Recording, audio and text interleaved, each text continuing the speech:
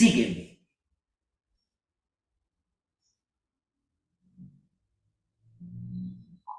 En este contexto,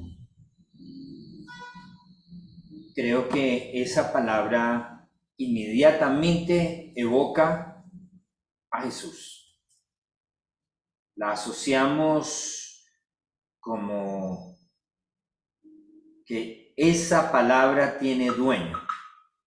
Sígueme. Y es una palabra solamente. Sígueme. No es una pregunta, es una invitación y requiere respuesta. Curiosamente, no es una pregunta, es una invitación y esa palabra tiene nombre. La evocamos en nuestros contextos, la evocamos en los evangelios y creo que ninguno de nosotros duda que esa palabra nos ha sonado: sígueme. Recuerdo que me encontraba en un evento de jóvenes en una universidad, era la Universidad Tadeo, y yo asistí, y el predicador dijo a aquellas personas que quieren seguir a Jesús, pasen adelante. Y yo tenía una convicción de que yo había creído en él, pero no tenía una convicción de que era necesario seguirle a él. Cuando yo me puse de rodillas allí con varios jóvenes, vino a mi mente esa palabra: venid en pos de mí y yo os haré pescador de hombres. Y allí de rodillas la acepté, dije: Señor, quiero ser un pescador, quiero seguirte, quiero seguirte. Y en ese encuentro me confrontaba con un costo que tenía que asumir. Y mi respuesta era: te seguiré a donde quiera que vayas. Creo que solamente se puede seguir a Jesús sola y únicamente a partir de una relación profunda, íntima y trascendente. Esa es una respuesta que todos los días debemos de tener. Y quiero tomar un texto, el cual se encuentra en Lucas. Vamos a Lucas, capítulo 9. Allí abran sus Biblias, Lucas, capítulo 9.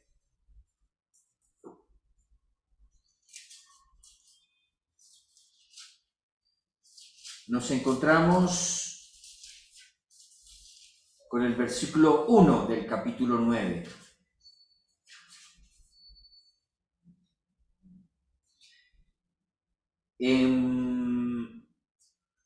Jesús reunido con sus 12 discípulos les dio poder y autoridad sobre todos los demonios y para sanar enfermedades. Allí nos presenta Lucas a un Jesús con autoridad. Un Jesús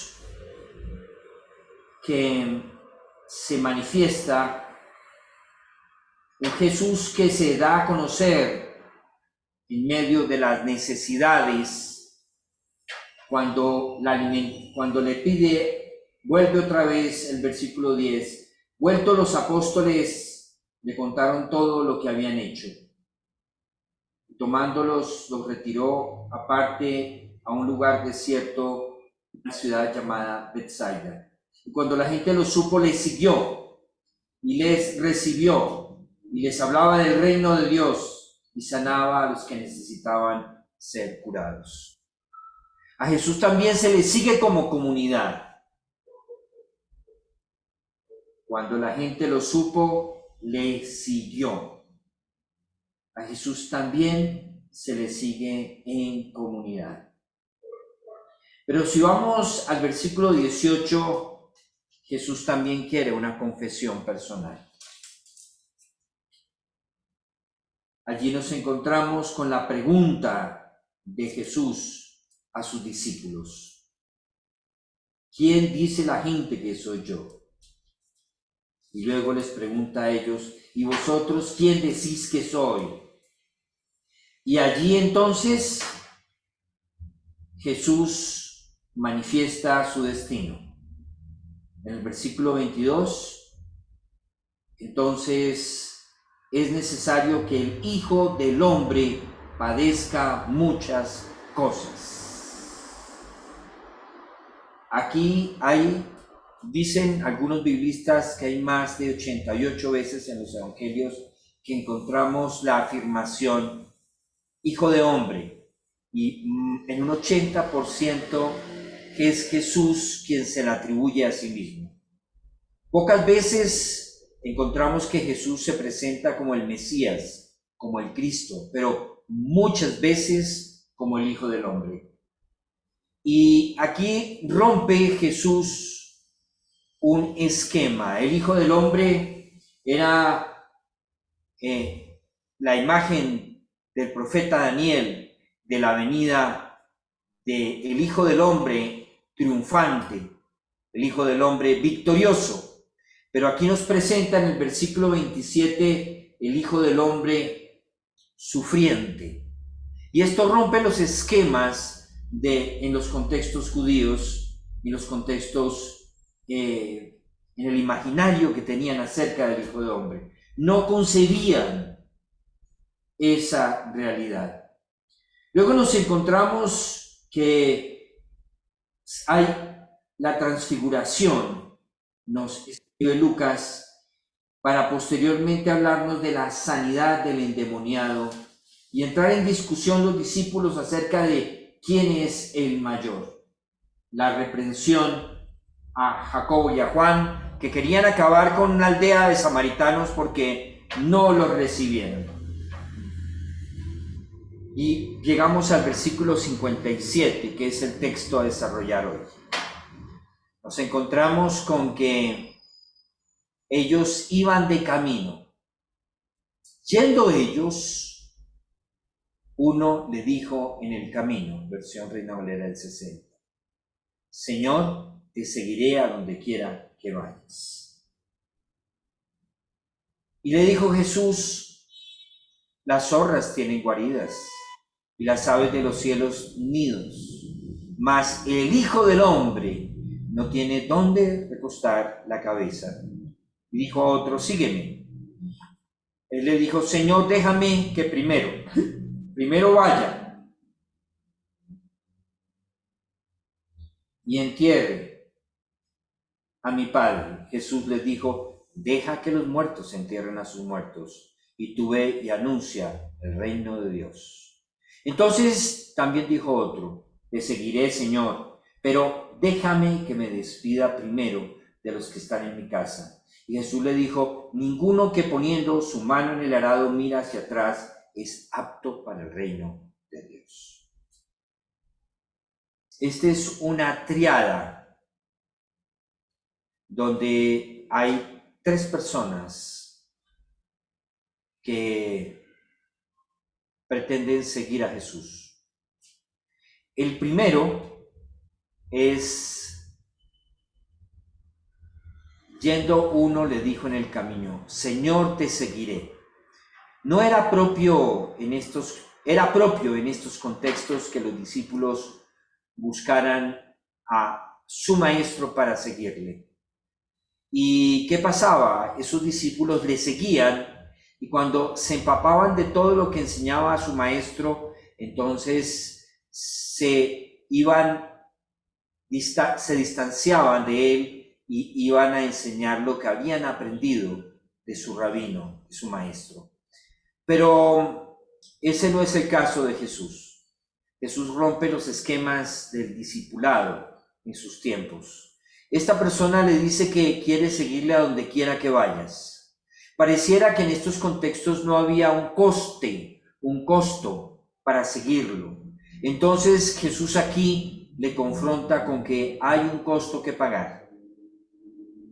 El Hijo del Hombre aclara, este Hijo del Hombre, por si de pronto tienes alguna duda, que es el de Daniel, no tiene dónde recostar la cabeza. Las zorras tienen guaridas y las aves nidos, pero este que soy yo no tiene dónde recostar la cabeza. Este Jesús le dice, el costo es alto. Aquí no hay una propuesta de prosperidad, aquí hay una propuesta de seguimiento a Él. A donde quiera que vayas. Bueno, en ese ir no vas a tener dónde recostar la cabeza. No vas a tener un lugar donde hacer nido, ni tampoco donde protegerte. Y a otro, aquí no vemos que es la persona que se ofrece a seguir, sino es la persona que invita a Jesús. Este es diferente, lo mismo que el otro. A este le dijo, sígueme. Y al otro le dijo, también dijo a otro, le dijo, sígueme. Y él le respondió, te seguiré, Señor. Pero lo mismo en el anterior, sígueme. Él le dijo, Señor, déjame que primero. ¿Cuál fue la respuesta de Jesús a este segundo? Deja que los muertos entierren a sus muertos. Tú ve y anuncia el reino de Dios. La prioridad es la misión. Pero luego vamos a ver qué significa esto, deja que los muertos entierren a sus muertos. Y en cuanto a la solicitud del tercero, déjame que me despida primero de los que están en mi casa. Jesús lo confronta con que ninguno que poniendo su mano en el arado mira hacia atrás es apto para el reino. Entonces, aquí en el segundo, hay que tener la actitud correcta. En el tercero, hay que tener la aptitud adecuada. Y el primero, hay que tener la disponibilidad total. Entonces, la pregunta, primero que todo, para entender un poquito más el texto cuando Jesús hace referencia al Hijo del Hombre. Y solamente me voy a referir a la primera sección donde dice, y Jesús le dijo, las zorras tienen guaridas y las aves de los cielos nidos, mas el Hijo del Hombre no tiene dónde recostar la cabeza. Entonces la pregunta que en algún momento Patricia la había hecho, ¿quién es el Hijo del Hombre? Algunos dicen, desde ese acercamiento apreciativo a que Hijo del Hombre se refería a la naturaleza humana de Jesús y su afirmación. Algunos biblistas dicen que es más que eso. Cuando Jesús hace referencia a ese Hijo del Hombre, no se refiere a esa condición de su naturaleza humana. Entonces, ¿a qué se refiere como Hijo de Hombre? Vamos a Daniel 7, 13 y 14. Vamos a Daniel 7. Cogen sus Biblias, vayan a Daniel 7, versículos 13 y 14. Miraba yo en la visión, dice Daniel, en la visión de la noche, y aquí, con las nubes del cielo, venía uno como un hijo de hombre, que vino hasta el anciano de días y le hicieron acercarse delante de él. Y le fue dado dominio, gloria, y reino, para que todos los pueblos, naciones y lenguas le sirvieran. Su dominio es eterno, que nunca pasará, y su reino uno, que no será destruido. Esta afirmación de Jesús está en relación a la visión de Daniel. Principalmente Jesús hace referencia a la visión de Daniel. Y vemos aquí que esta afirmación tiene un énfasis principal: Jesús en máxima autoridad. Jesús, el Hijo del Hombre, le fue dado, versículo 14, dominio, gloria y reino.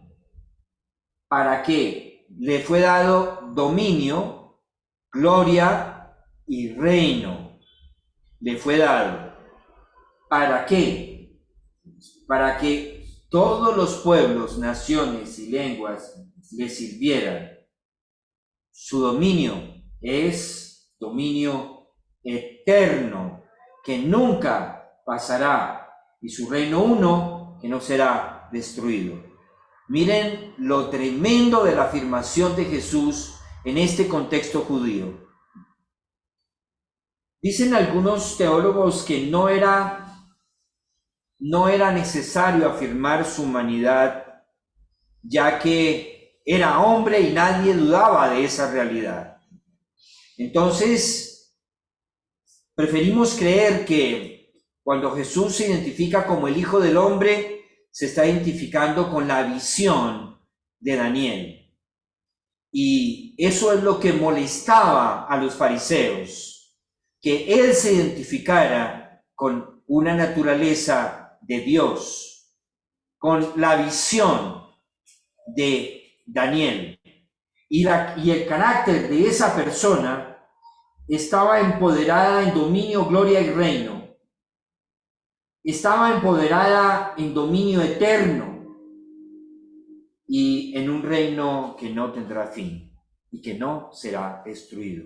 Por esa razón, prefiero pensar que en este texto haga referencia y relación a esa visión de Daniel y no a la naturaleza de ser hombre.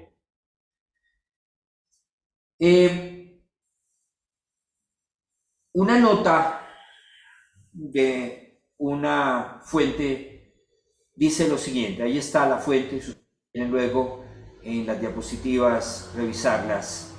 88 veces en el Nuevo Testamento Jesús es llamado Hijo del Hombre. El primer significado de la frase el Hijo del Hombre es en referencia a la profecía de Daniel 7:13. La descripción Hijo de Hombre era un título mesiánico. Jesús es aquel a quien le fue dado dominio, gloria y reino. Cuando Jesús usaba esta frase en relación a sí mismo, él se estaba adjudicando la profecía del Hijo del Hombre. Los judíos de esa época debieron haber estado íntimamente familiarizados con la frase y a quién se hacía referencia. Jesús estaba proclamándose como el Mesías, como el esperado de las naciones. Pero su identificación era como Hijo del Hombre. Entonces, la invitación que hace Jesús en este texto, volvamos otra vez al texto de Lucas, capítulo 9. La invitación que hace Jesús en este texto es a seguir al Hijo del Hombre. Jesús, el Hijo del Hombre. No era solamente Jesús de Nazaret. No estábamos siguiendo a un hombre solamente. Estábamos siguiendo al Mesías esperado. Ahora, hay algo que rompe los esquemas. ¿Y qué rompe los esquemas? El esquema de que seguir a Jesús, seguir a un rabino, había una marcada diferencia. El rabino enseñaba a interpretar la Torá. Es uno de los énfasis hoy en día de algunas comunidades mesiánicas donde la palabra escrita es más importante que la palabra encarnada. Y debemos de tener mucho cuidado con esto, porque el verbo se encarnó. Toda la palabra cobra significado en relación con Jesús. Entonces nosotros, lo más importante para nosotros no es aprender a interpretar el texto bíblico como una comunidad exegética. Nosotros seguimos a Jesús, y porque seguimos a Jesús, la palabra se torna importante, necesaria.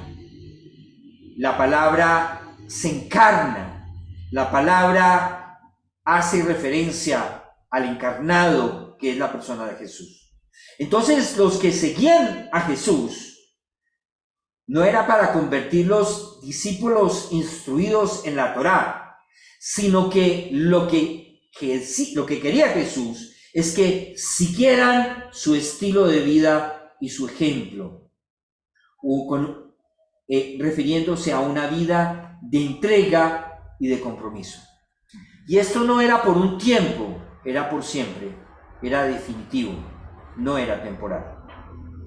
Entonces, el gran desafío de Jesús a aquel que le manifiesta que te seguiré a donde quiera que vayas, Jesús le dice que el Hijo del Hombre no tiene dónde recostar su cabeza. El seguimiento a Jesús era definitivo, total. No había regreso. Era a la persona de Jesús. Entonces, ese Hijo de Hombre era el cumplimiento de un ministerio, pero el cumplimiento sufriente de un ministerio. Primero sufriente, luego triunfante. La primera acción era el cumplimiento en la cruz y luego la resurrección. Pero ellos tenían invertidos. Primero triunfante, nunca sufriente, porque ya habían sufrido suficiente. Algunas posturas de algunos rabinos eran esa, y hasta hoy en día siguen siendo algunas posturas de algunos rabinos ortodoxos actuales. Notemos que en el versículo 57, yendo en el camino, a Jesús se le encuentra en el camino. Allí en el camino de la vida, como dice la canción colombiana, nos encontramos con Jesús. Algunos creen, algunos son salvos, creen. Así nos lo dice Corintios, cuando dicen que el fundamento está puesto. Sí. Pasado por fuego. Sí. Y lo único que queda es el fundamento. Lo demás se quemó. Entonces nos encontramos con que hay algunos que creen, pero no le siguen. Todos los que le siguen le creen, pero no todos los que creen le siguen. Entonces, cuando Pablo en su carta a los Corintios capítulo 3, vayan a Corintios capítulo 3,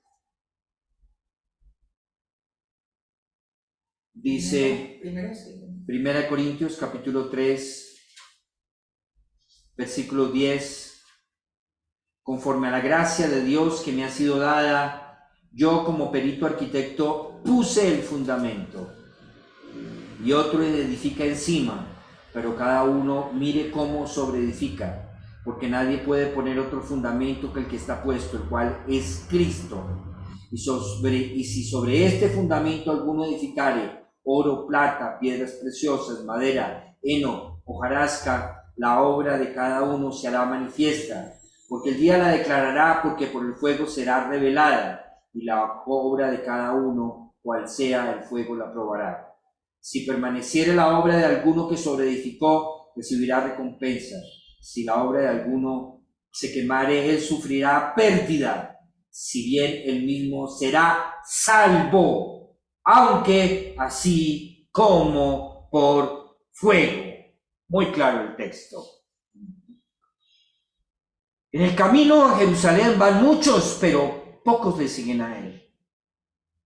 Implica que podemos ser repudiados. Jesús no se presenta, su evangelio no es el evangelio de la falsa prosperidad. No, Jesús nos presenta un seguimiento de riesgos. Seguir al que tiene éxito parece que augura un buen éxito, pero seguir al que no lo tiene y está siendo rechazado por una cultura, pues es un riesgo seguir a alguien que es rechazado, que no es aceptado y que va a morir en una cruz. ¿Quién de ustedes seguiría cuando Jesús, primero que todo, le siguen sus discípulos, pero luego se manifiesta y dice que va a ir a la cruz? Entonces, ese es el seguimiento a Jesús. Es un seguimiento contra cultura. Contra cultura. No nos invita al éxito. El único éxito es hacer su voluntad. El éxito en ti y en mí es ser conformados a la imagen de Jesús. Ese es el éxito. El éxito no se mide por cuánto tienes, por cuánto haces, por cuánto sabes o por cuántos likes te dan. El éxito se mide es si estás siendo conformado a la imagen de Jesús. Si otros pueden ver en ti el Jesús que está siendo formado. ¿Implica que podemos ser repudiados? Sí. ¿Implica que nuestro mensaje no va a ser aceptado? Sí. Pero hay algo que es claro. Solamente seguimos a Jesús. No hay llaneros solitarios en la vida cristiana. Es que yo sigo solo a Jesús. Solo a Jesús. No, en el seguimiento a Jesús no hay independencia. Tú formas parte también de una comunidad. Y esto es algo que en el Renuevo hacemos bastante énfasis. Seguimos a Jesús. Jesús propuso una comunidad, una pequeña comunidad de 12. Pero debemos de saber de que aún hoy en día Jesús sigue siendo rechazado. Por tanto, nosotros seremos rechazados. Incluso aquellos cercanos que nos aman, amigos o familiares, también podemos ser rechazados. Su misión es prioridad en el reino. No hay nada más importante que la misión. El reino de Dios y su justicia. Lo demás son añadiduras. Así lo plantea. Por eso, en el texto hace referencia cuando dice que le dice en Lucas 9, Lucas dice lo siguiente: deja que los muertos entierren a sus muertos y tú ve y anuncia el reino. Hay una prioridad en el que sigue a Jesús. No es proclamar una doctrina, no es proclamar una información, no es proclamar una denominación. No, la misión es clara y la misión es anunciar. ¿Anunciar qué? ¿Anunciar una congregación? ¿Anunciar una teología? No, es anunciar el reino. Ahí está claro. Anunciar el reino de Dios. No es mi reino, es el reino de Dios. Entonces, seguir a Jesús es salir de todo contexto que nos ofrece el sistema, el mundo, de valores, de éxitos, de propuestas que nos seducen, y es entrar a otro sistema. La conversión es un cambio de sistemas. Esa es la conversión. No es solamente un cambio de vida. Por eso es que se llama conversión, porque es un giro de 180 grados. Usted sale de un sistema y pasa a otro sistema. Cambiar de vida es seguir en el mismo sistema, seguir los mismos valores, seguir relacionándose con las mismas personas, de la misma manera, de la misma forma. O cuando usted se siente permeado en un sistema educativo, un sistema laboral, a comportarse como los demás se comportan, a hablar como los demás hablan. Ni siquiera hay diferencia en la forma como usted habla o la forma como usted se comporta. Le da vergüenza manifestarse como cristiano. Si usted no se manifiesta, nadie va a ver la diferencia entre el religioso y usted. Entonces usted se convierte en un James Bond, un agente encubierto. A Jesús se le encuentra en el camino. Y en el camino es áspero. En el camino no hay lugar donde reposar la cabeza. Jesús es el que pone las condiciones. No soy yo. Y fue muy claro. Las zorras, las aves, ellas sí tienen, pero el Hijo no tiene. Mire esta contraposición. Las aves, las zorras sí tienen, mas el Hijo no tiene. Eso es lo que dice el texto. Mientras que ellos sí tienen, el Hijo no tiene. Las condiciones, el que quiera seguir, las coloca Él. No las colocamos nosotros. Pero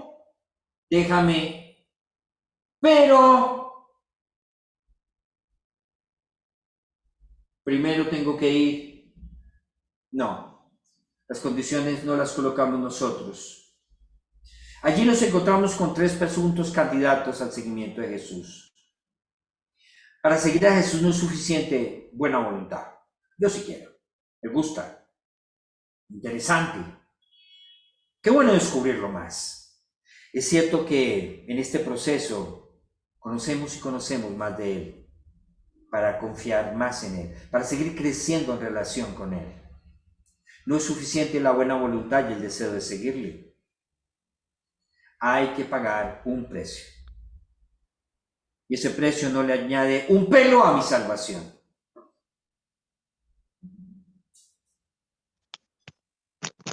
Ese seguirle a Él, ese ir tras Él, bajo sus condiciones, es lo que va a ir conformándome a su imagen, a su semejanza. Esa vinculación, esa relación, es lo que me hace semejante a Él. Y es así, como vamos a Hechos de los Apóstoles, por favor. Vamos a Hechos de los Apóstoles, capítulo 4 de Hechos. Allí Pedro y Juan frente al concilio. Entonces viendo, versículo 13, Hechos 4:13, entonces viendo el denuedo de Pedro y de Juan, y sabiendo que eran hombres sin letras y del vulgo, se maravillaban. Oigan, primero que todo reconocen quiénes eran ellos. Pedro y Juan, sabiendo que eran hombres sin letras y del vulgo, se maravillaban. ¿De qué se maravillaban? Y les reconocían que habían estado con Jesús. Eso es lo que cambia el seguimiento a Jesús. Ellos estuvieron con Jesús, siguieron a Jesús y fueron transformados por Jesús. Le reconocían que habían estado con Jesús. 3 advertencias para los que quieren, para los que queremos seguir a Jesús. 3 declaraciones de Jesús. La primera advertencia, en el versículo 9, del 57 y 58. Los que quieran seguir a Jesús les advierte sobre la necesidad de diferenciarse del mundo. Lo que tienes no es lo que te hace diferente. Lo que sabes no es lo que te hace diferente. Lo que haces no es lo que te hace diferente. Donde apareces no es lo que te hace diferente. Lo que te hace diferente es a quién sigues. ¿Sigues a un sistema del mundo o sigues a un sistema del reino de Dios y su justicia? Los que quieren seguir a Jesús, hay una advertencia. Hay una necesidad de diferenciarse del mundo. Luego nos encontramos con el versículo 59 y 60, que luego voy a desarrollar, pero hoy lo quiero introducir como una advertencia. La prioridad es la misión. No puede haber en aquel que sigue a Jesús otra prioridad. Es que yo quiero hacer plática. Es que yo quiero aprender muchas cosas. Oye, no está mal que hagas plática, el tema es a quién sigues. No está mal que aprendas más, el tema es a quién pones al servicio. ¿Al servicio de ti misma, de ti mismo? ¿Al servicio de quién? ¿Para qué? ¿Cuál es la prioridad de tu misión? Y la tercera advertencia es el compromiso prioritario es con Él. Es con Él. No puede haber ninguna otra prioridad. No puede haber prioridad, no puede estar, y es diferente, ojo a esto, es diferente la relación con la familia a la relación con Dios. Mi relación con mi familia no puede estar antes de mi relación con Dios. Pero no confundamos el servicio a Dios con la relación con Dios. Porque en algunas comunidades entonces se pierde hasta la familia por estar engrupidos de alguna manera en lo que ellos llaman un servicio a la iglesia.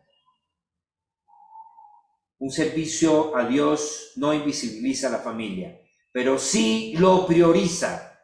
Eso es diferente. Entonces hay tres advertencias: diferenciarse, la misión y el compromiso. Tres advertencias: diferenciarse, la misión y un compromiso. El objeto final de esto es semejantes a Cristo. Hay un seguimiento que es radical. Podemos quedarnos en el conformismo. Otra forma de ser un creyente inmaduro, el conformismo. Yo me conformo, soy salvo, yo voy a las reuniones, pero yo no participo de nada, yo no me involucro con nada, yo estoy bien así, estoy cómoda, estoy cómodo. No hay problema. El conformismo. Sí, yo de vez en cuando comparto la palabra. No, la vida cristiana no es un conjunto de actividades que hay que hacer. Es a quién hay que seguir, no qué es lo que yo tengo que hacer. No es a qué reuniones tengo que ir. O el escapismo. Entonces sí, sigue siendo creyente, sigue siendo cristiano, pero no se afronta, no se define, no se diferencia. Por eso entonces nos encontramos con Lucas 6:16. Miremos lo que dice Lucas 6:16. Vayan a sus Biblias, por favor. Lucas 6:16. Perdón. Lucas 6:46. 6:46. ¿Por qué me llamáis Señor, Señor, y no hacéis lo que yo os digo? El Hijo del Hombre es una imagen de autoridad. ¿Por qué me decís, me llamáis Señor, Señor, y no hacéis lo que yo os digo? Ese es la actitud del discípulo, el que sigue, no de manera radical a Jesús, sino de lejos. Este es un tema transversal en las Escrituras. El tema de la santidad es un seguimiento y se expresa de diferentes formas en diferentes tiempos. Se expresa de diferentes formas en diferentes tiempos. Repito, se expresa de diferentes formas en diferentes momentos. Miremos Levítico 18:3. Mire lo que dice Levítico. Ahora sí lo voy a poner. Los estaba obligando que vayan a sus textos bíblicos, los desempolven, por favor. Vamos a Levítico 18:3. Dice así: estamos hablando de cómo a partir de la ley se manifiesta un pueblo diferenciado, un pueblo comprometido y un pueblo con una misión clara. No haréis como hacen en la tierra de Egipto, en la cual moraréis, ni haréis como hacen en tierra de Canaán. Ojo a esto, miren cómo nos diferencia. No haréis como hacen en Egipto, ni como hacen en Canaán, a la cual yo os conduzco, ni andaréis en sus estatutos. Esta es una invitación a la diferenciación. Muchos de nosotros tenemos que ir a trabajar a Canaán, es la tierra en la cual Dios nos puso.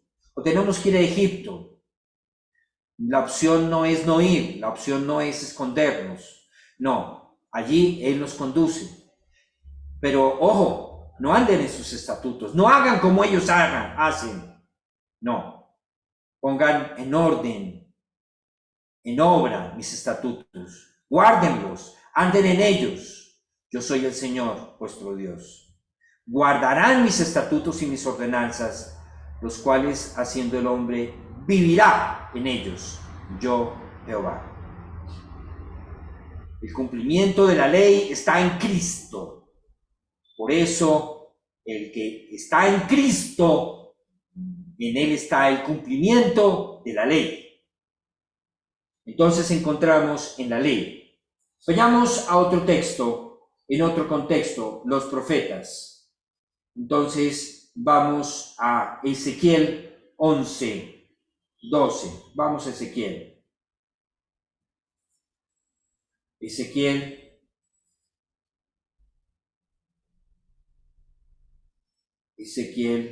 11, 12. Dice así: y sabréis que yo soy el Señor, porque no habéis andado en mis estatutos, ni habéis obedecido mis decretos, sino según las costumbres de las naciones que os rodean habéis hecho. Dios quiere que les sigamos diferenciándonos, no hacer como hacen, no seguir lo que ellos siguen. Estamos en un contexto de los profetas. El Señor manifiesta la queja a su pueblo porque no le siguieron, no se identificaron con él al no seguir sus principios y sus estatutos. En Jesús, vamos a Mateo 6. Vamos primero a Romanos 12:2. Primero vamos a Romanos 12:2. Yo sé que ustedes lo han leído, pero me gusta que vayamos a las Escrituras, en el cual Pablo hace una invitación también a la comunidad en Roma, a que no se conformen a este siglo. Miren la esencia de las advertencias de Jesús, la esencia del llamado de Jesús es a no conformarnos a este siglo, sino transformaos. El que sigue a Jesús se transforma a su imagen. El que sigue a Jesús es transformado por medio de la renovación de nuestro entendimiento, cuando nosotros comprobamos que su voluntad es buena, agradable y perfecta para nosotros. Ella es la que transforma en nosotros y moldea en nosotros el carácter de Jesús. Por eso somos cristianos. Cristiano no es una nominación, no es solamente el nominativo de asistir a una comunidad. Cristiano es aquel que tiene el carácter de Cristo. Ese es el cristiano. Entonces termino con Mateo 6. Mateo 6 dice lo siguiente, versículo 8. Mire, Jesús nos invita a que no os hagáis pues semejantes a ellos. Miren, hay una invitación a no ser como ellos. Hay una invitación a una misión diferente a la del mundo, y a un compromiso y unas prioridades diferentes a la que el mundo nos ofrece. Eso implica seguir a Jesús. La invitación hoy es que sigamos a Jesús. Hay un costo que hay que asumir. Sigámoslo. No nos hagamos semejantes a ellos. Señor, gracias por tu palabra.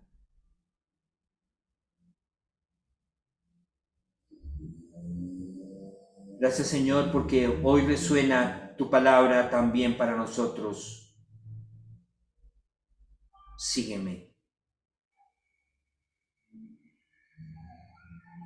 Pero el texto no nos dice qué pasó.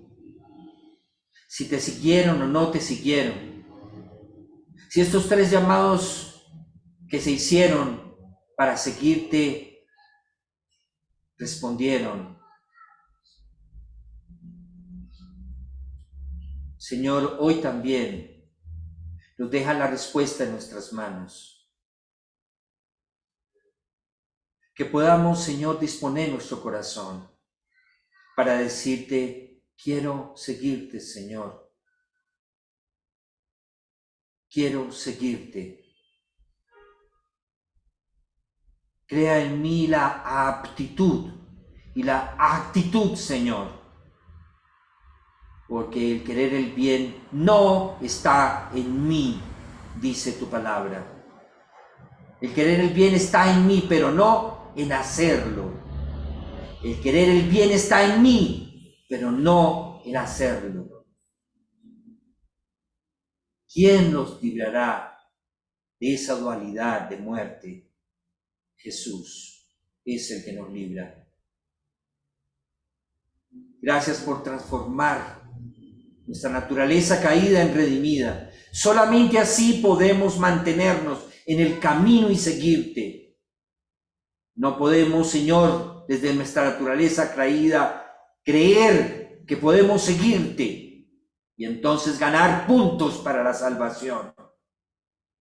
No, Señor, consumado es. Tu obra está completa en la cruz. En nosotros está por la naturaleza y el Espíritu Santo que mora en nosotros, el seguirte.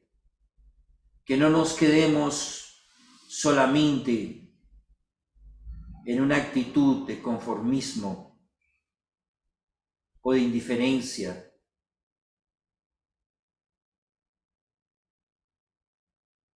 Señor, que te sigamos, que la comunidad, el renuevo te siga cada día, Señor. Que nos despojemos de esos pesos o esos pecados que nos asedian, que son obstinados. Señor, que no sean obstáculos. Gracias porque el fundamento está puesto en nosotros y es Cristo. Pero no nos conformamos con ser salvos. Queremos ser semejantes a ti, Señor. Eso queremos, ser semejantes a Cristo. Eso queremos, Señor, ser semejantes a ti. Queremos seguirte para que nos conformes, para que sea restaurada en nosotros tu imagen, que otros puedan ver en nosotros el Jesús que en nosotros habita. Gracias por tu palabra. Amén y amén.